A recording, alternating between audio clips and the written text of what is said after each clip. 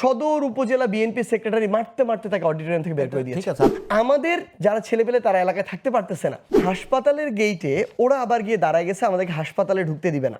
এই বাহিনীটার একটা ছেলে আছে যে ধরেন মাদকের বিষয়টা নিয়ন্ত্রণ করে, একটা ছেলে আছে জলমহলের বিষয়টা নিয়ন্ত্রণ করে, একটা ছেলে আছে প্রশাসনের বিষয়টা নিয়ন্ত্রণ করে। ধরেন সমর্থন নাই, কিন্তু গ্রিন সিগন্যাল বা নীরব সমর্থন যদি না থাকতো তাহলে তো বিএনপি এটার প্রতিবাদ জানাইতো।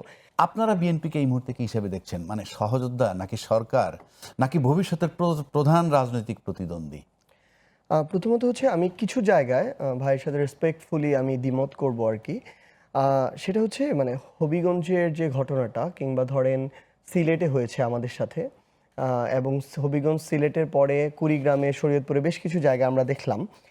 হবিগঞ্জের আসলে এরকম কথা বলছিল ওইখানে আসলে ওই যে সকালের প্রোগ্রামে জিকে গৌসের যে বেশ কিছু বিষয় এগুলো নিয়ে আমরা বলেছিলাম যে এইগুলো একই সাথে বিএনপির জন্য এগুলো মানে খারাপ একটা দুর্নাম বয়ে নিয়ে আসবে, খারাপ সময় নিয়ে আসবে, সো এগুলো থেকে যেন সে বের হয়। তো ফলশ্রুতিতে হবিগঞ্জে যেটা সেখানে তার একটা বাহিনী আছে, মোটামুটি 30-40-50 জনের একটা বাহিনী, যারা কিছু ছাত্র দলে নাম আছে, কিছু যুব দলে আছে, কিছু শ্রমিক দলে আছে, সব জায়গায়।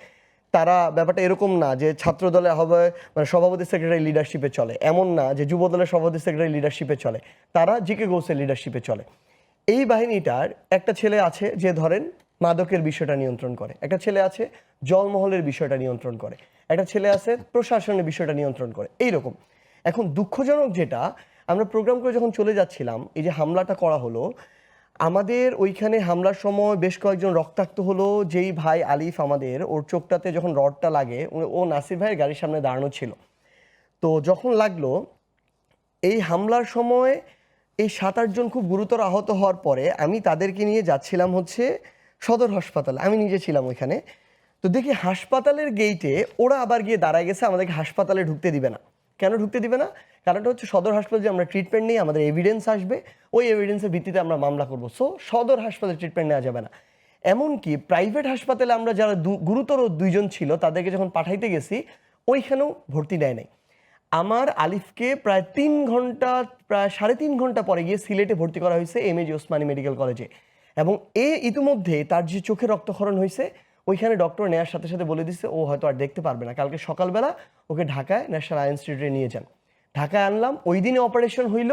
সেখানে বলল যে একটা আইসাইট তো চলে গেছে, আরেকটা যেন না যায়, এই জন্য পারলে দেশের বাইরে নেন। আমরা এখন ওইটাতে যাইতেছি। এখন আমাদের আসলে এরপরের দিন ওইখান থেকে ধরেন ওইখানে তাদের ভাষা অনুযায়ী নাসির ভাইয়ের কিছু শব্দ, কিছু বাক্য যেগুলো অপ্রত্যাশিত, তারা অ্যাকসেপ্ট করতে পারতেছে না। এখন আপনি কথার বিপরীতে কথা বলেন, এটা খুব স্বাভাবিকভাবেই যদি এরকম মনে হয় আমরাও তাকে বলবো যে আপনি এই বিষয়গুলো সচেতনভাবে শব্দ বাক্য চয়ন করেন, কিন্তু কথার বিনিময়ে তো এইভাবে রক্তাক্ত হামলা হইতে পারে না, চোখ তুলে নেওয়া হইতে পারে না। এক, সেকেন্ডলি পরের দিন যখন আমরা সিলেটে গেলাম, নাসির ভাই ওই প্রোগ্রামে নাই, আমি এবং doctor Mahmuda Mitu MP, doctor Atiq Mujahid MP, আমরা 3 জন শহীদ পরিবারদের সাথে দেখা করতে গেছি সিলেটের গোলাপগঞ্জে। সেখান থেকে যখন ব্যাক করি, হঠাৎ করে 20-30 জনের এরকম একটা বাহিনী, যেখানে কিছু ছাত্রদল, কিছু শ্রমিক দল, কিছু যুবদল ছিল, তারা মিলে কিভাবে হামলা করেছে আপনার ভিডিও দেখেছেন। আমার গাড়ির 3 পাশে গ্লাস পর্যন্ত ভেঙে গেছে, এবং ধরেন একটা গ্লাস ভাঙার পরে ওই ফাঁকা জায়গা দিয়ে যে আরেকটা ইট আসে তাহলে সরাসরি মাথায় লাগবে, কারণ সিটে মাথাটা আমাদের উপরে থাকে। এই অবস্থা হয়েছে। এবং পরের দিন আমরা যেটা দেখলাম, ওইখানে কিন্তু নাসির ভাই ছিল না, তাহলে ওই যুক্তিটা খাটে না। এবং পরের 2টা ঘটনা খুবই দুঃখজনক, হয়তো ভাইও দেখছেন। কুড়িগ্রামে এটার প্রতিবাদ একটা মিছিল হচ্ছিল, কুড়িগ্রাম এনসিপি করতেছিল, আরেক পাশ থেকে একটা ছোট রাস্তায় বিএনপির আমাদের কিছু নেতৃবৃন্দ লাঠি সোটা নিয়ে এসে রক্তাক্ত হামলা করলো। এবং শরীয়তপুরে আপনি দেখবেন বৈষম্যবিরোধী ছাত্র আন্দোলনের আহ্বায়ক ইমরান নাজির, ও আমাদের এনসিপিতে জয়েন করেছে, ও আমাদের 5ই আগস্টের প্রোগ্রামে, সরকারি প্রোগ্রামে অ্যাটেন্ড করেছে।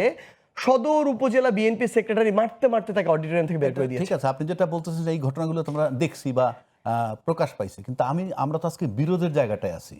আপনি এই ঘটনা সব সত্য মনে করেন, আমরা পত্রিকান্তরে পাইছি, নানানভাবে পাইছি, কিন্তু আমার প্রশ্ন হচ্ছে যে এইটা তো একটা বিরোধের কারণে, সেই বিরোধটা আসলে কোথায়? কি রাজনৈতিক আদর্শে, নাকি ক্ষমতার রাজনীতিতে, নাকি জুলাইয়ের পর রাষ্ট্র কিভাবে পুনর্গঠন করা হবে, সেটাই মূল প্রশ্ন। না, এখানে আপনার তৃতীয়টা কিছুটা প্রাসঙ্গিক, বাট বিরোধের জায়গা যেটা খুব স্বাভাবিকভাবেই আমি যেটা বললাম, বিএনপি তো লম্বা সময় ধরে রাজনীতি করে এসেছে, এবং এই দ্বিদলীয় রাজনীতির আরেক পাশে তখন আওয়ামী লীগ ছিল। তো স্বাভাবিকভাবেই যে কালচারটা ছিল, কখনো এইভাবে কঠোর সমালোচনা নাম ধরে প্রকাশ্যে ধারাবাহিকভাবে বলে যাবে, এত বাধা দেওয়ার পরেও, আঘাত করার পরেও, হুমকি দেওয়ার পরেও, ভয় দেখানোর পর, এটা কিন্তু হয় না এতদিন। কিন্তু আমরা প্রত্যেকটা জায়গায় এই কথাটা বলে গিয়েছি। আমি এটা মনে করি যে কিছুটা ভীতি তৈরি করা বলেন, কিছুটা কণ্ঠরোধ করা বলেন, এই কঠোর সমালোচনা কিছুটা নামিয়ে আনা বলেন, এই জায়গা থেকে এলাকা বেসিসে এগুলো হয়েছে। যেইখানের স্থানীয় নেতৃবৃন্দ এই ধরনের অ্যাগ্রেসিভ এগুলো হজম করতে পারে না, পুরাতন কালচারে অভ্যস্ত, তারা তাদের জায়গা থেকে এটাকে একসেপ্ট করে না, বরং হামলা করেছে। এবং আমি সত্যি কথা বলতে কি ভাইয়ের সাথে আমি যে জায়গাটাতে একটু দ্বিমত করি পোলাইটলি, সেটা হচ্ছে এখানে যদি বিএনপির উপরের ধরেন সমর্থন নাই, কিন্তু গ্রিন সিগন্যাল বা নীরব সমর্থন যদি না থাকতো, তাহলে তো বিএনপি এটার প্রতিবাদ জানাইতো। তাহলে তো যেই ছেলেটা সবগুলা বাদ দিলাম, আমার উপরে হামলা বাদ দিলাম, নাসিরুদ্দিন পাটোয়ারির উপরে হামলা বাদ দিলাম, যে আলিফের চোখে হামলা করে চোখটা চিরতরে নষ্ট করে দিল, তাকে যদি গ্রেফতার করা হইতো, তাও তো আমরা মানতাম যে ঠিক আছে বিএনপি আমাকে জাস্টিস দিবে।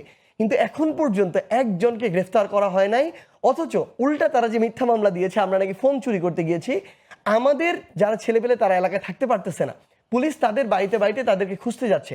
তাহলে এই জিনিসটা আমরা মনে করি, এই যে আমরা আমাদের ভয়েসটা রেইজ করছি, আমরা যে বিভিন্ন যে বিষয়গুলো জনগণের বিরুদ্ধে যাচ্ছে, এগুলোর বিরুদ্ধে যে কথা বলছি, ওই ভয়েসটাকে কন্ট্রোল করার জন্য এটা একটা চেষ্টা।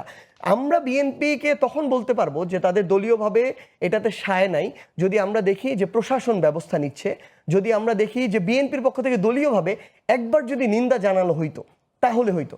এখন আমরা তো আমাদের জায়গা থেকে আমরা দেখেন, আমাদের রাজনীতিটা হচ্ছে এই পরিবর্তন, সংস্কার, জুলাইয়ের আকাঙ্ক্ষা বাস্তবায়নের। আমি যদি ওই কথা না বলি, তাহলে তো আমার নতুন রাজনীতি করার দরকারই নাই, নতুন দলেরই দরকার না, আগে যা ছিল তা দিয়েই তো হইতে পারে। আমার পার্থক্যের জায়গাটা ওই জায়গায়, এনসিপি ওই জায়গায় আলাদা। সো আমরা এই কথাটা বলবো, এটা আমাদের বলতেই হবে।